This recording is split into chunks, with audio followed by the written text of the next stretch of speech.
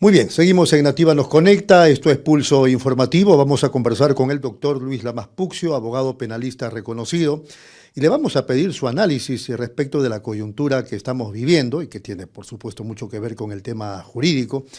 Por ejemplo, ya se ha anunciado una segunda paralización del transporte urbano para el día jueves 10 de octubre, y se ha dicho esta mañana que será una paralización del transporte, pero también de otros sectores económicos, y no es por otra razón, sino por el asunto de la violencia en las calles, de los asesinatos, las extorsiones, el sicariato.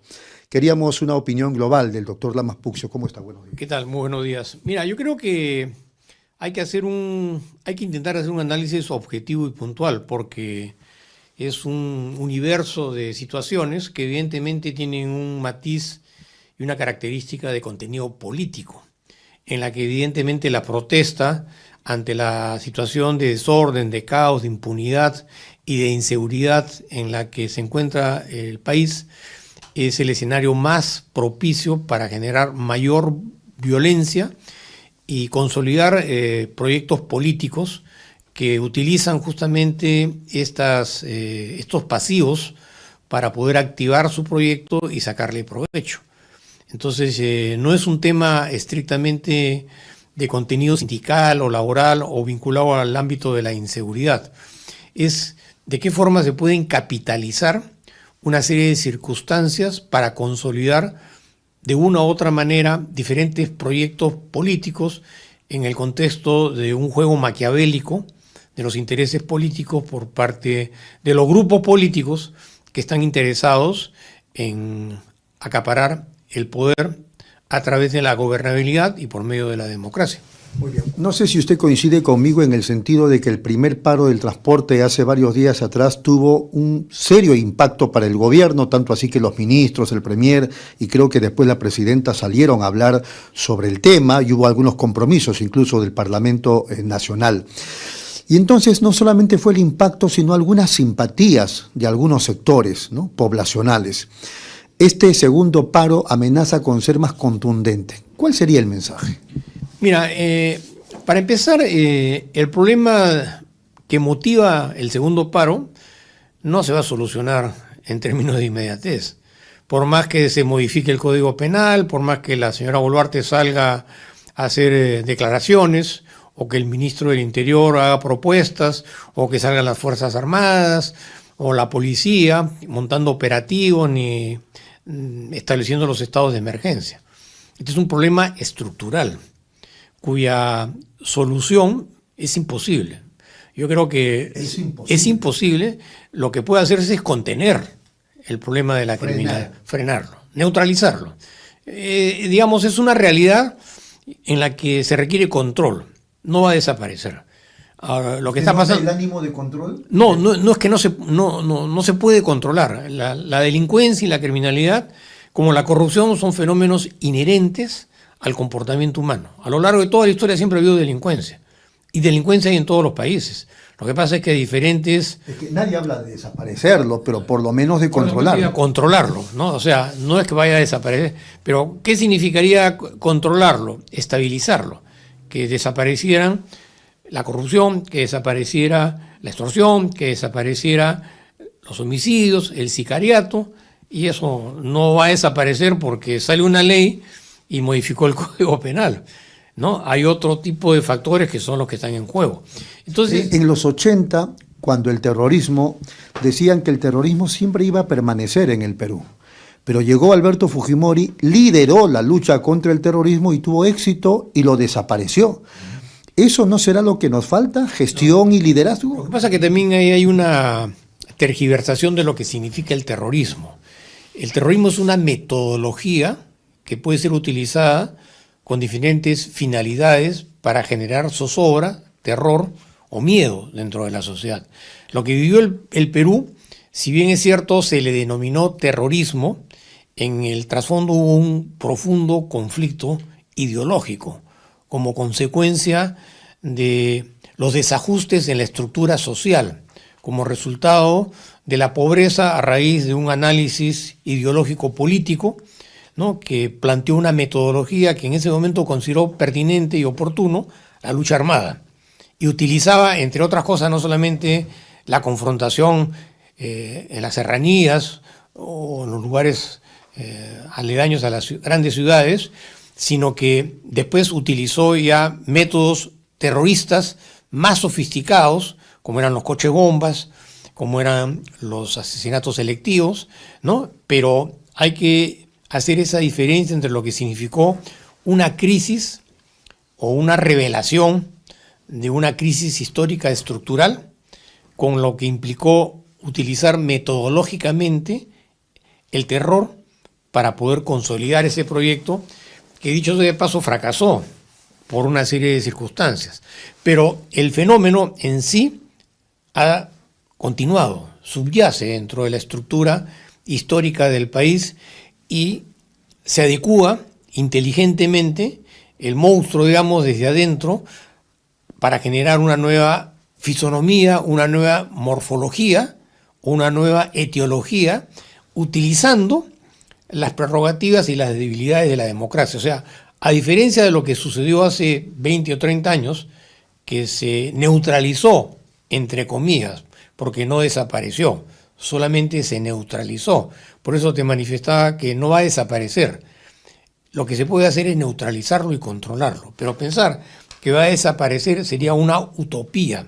Entonces, lo que ha pasado es que ese análisis estructural inteligentemente ha ido transformándose para adecuarse a otros requerimientos, a otro contexto social y la mejor manera de aprovecharse de la democracia. O sea, ya no lucho contra la democracia, ya no reniego contra la democracia.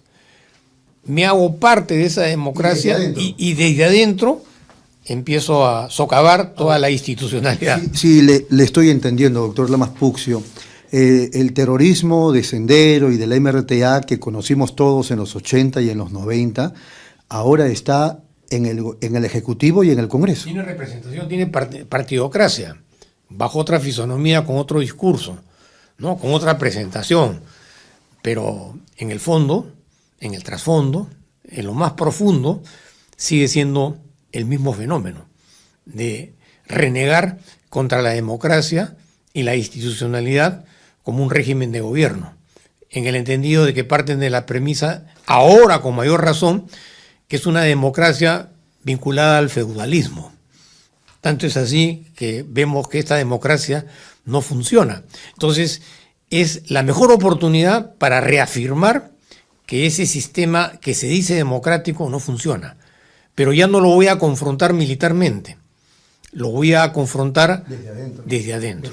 ¿Por qué? Petardeando. ¿Por qué? Porque tengo inmunidad, tengo recursos económicos, tengo prensa, tengo organicidad. Ya no tengo que organizarme en la clandestinidad, ya no tengo que pasar a la clandestinidad. Ahora no, ahora sesiono públicamente y hago mis arengas sutilmente, pero en el fondo sigue siendo lo mismo. Los rostros de ese nuevo terrorismo desde el Estado, desde el interior del Estado. Yo no le llamaría terrorismo, porque como te manifestaba, hablar de terrorismo es confundir. Estoy siguiendo la lógica, claro, ¿no? Claro, Todos claro. lo llamábamos terrorismo en los 80, en los 90, pero ¿no? como te digo, bajo esa metodología. Claro. Porque no tienen ideología, dice usted. Sí tiene una ideología, es un proyecto político a mediano o largo plazo. Y así lo anunció desde un primer momento Sendero Luminoso. Esta es una guerra de 100 años. Pero no nos salgamos del tema. Entonces, siguiendo esa lógica que usted plantea, ¿quiénes son los rostros de estos grupos? Son rostros legitimados.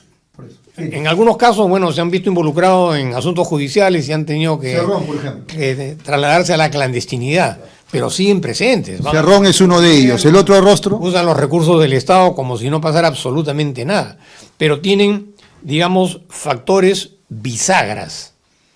Por un lado, recurren a la clandestinidad, pero por otro lado, recurren a la legalidad, a la legitimidad, que su máxima expresión de representación está en los poderes del Estado. Claro. Pero no es solamente Cerrón. Le estoy preguntando, hay otros rostros. Él tiene socios o socias. Es una estructura operativa que está interactuando en varios escenarios. Incluso no descarto la posibilidad de un apoyo internacional por parte de proyectos políticos totalitarios que están interesados en el Perú como estrategia. ¿Otro rostro es Keiko Fujimori o ella no tiene nada que ver? Lo que pasa es que no es un escenario unitario, pues hay una serie de factores que a lo largo de la historia han tenido una presencia muy activa, como el caso de Alberto Fujimori. Por eso, ¿Keiko es otro rostro, doctor? Es una continuidad de un proyecto político que también tiene aspiraciones políticas para poder llegar a gobernar el país y entra en una negociación perversa, ¿no?, para jugar intereses, porque además hay factores que son particularmente vulnerables. Por ejemplo, el juicio penal por lavado de activos contra Keiko, ¿no? El hecho de que le hayan encarcelado a Keiko y el hecho de que esté enjuiciada, como lo conocemos públicamente, es un factor que, por un lado, le permite a Keiko continuar en la brega política, pero al revés, porque están en los medios de comunicación, pero por otro lado es la fórmula ideal para desmerecerla y desprestigiarla. ¿Por qué? Para concluir un poco el tema y no divagar tanto, ¿no? Tú sabes que en el Perú pues, se vota más por oposición que por convicción. Entonces, cuanto más desprestigio haya para la oposición, lo que estoy haciendo es yo engordar la convicción para que la gente vote por oposición y no por convicción. Oye, creo que me queda un minuto y entonces le voy a plantear lo que esta mañana dijo el decano del Colegio de Abogados de Lima desde Costa Rica, en el sentido, palabra más, palabra menos, no lo dijo así exactamente, pero dijo que el Estado no tiene interés en luchar contra la delincuencia, lo que a mí me parece pues gravísimo. Bueno, hay varias fórmulas de entender lo que ha dicho el señor decano, pero resumidas cuentas, sí, yo confirmo que hay poco interés para luchar contra el crimen y al revés, hay que aprovecharse del crimen para consolidar el proyecto político, porque a través de la criminalidad lo que estoy haciendo yo es desmerecer la institucionalidad, fraccionar la democracia para debilitarla y en un escenario electoral tener mayores opciones. Lo que dice el decano reafirma la tesis de Luis Lamas Puccio. Por supuesto, yo estoy de acuerdo con lo que he dicho bajo otros términos o quizás un análisis distinto, pero en el fondo lo que está acá primando es la desestabilización del sistema de justicia y la institucionalidad a través de mecanismos particularmente sutiles y enmascarados, pero que en el fondo están destruyendo la democracia, ¿no? Solamente hacer la siguiente corrección. No es el Estado, sino quienes manejan actualmente el Estado. Claro, porque digamos el Estado es una utopía, es una abstracción. Quienes hacen realidad el Estado son los que participan en la gobernabilidad.